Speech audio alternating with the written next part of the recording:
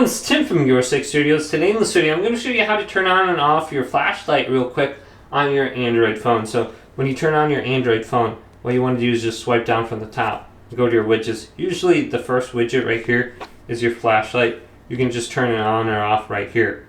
So you can see this little widget right here.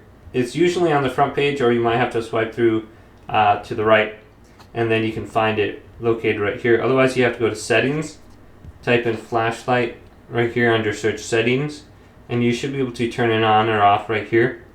And then we got our settings for our flashlight surfaces, and then we can go to these options under here. So if you can find that under here, I don't see anything for my flashlight. So here it is, shortcut and reminder when the flashlight is on. So it'll just pop up saying the flashlight is on. So just turn it on or off and you should be good to go.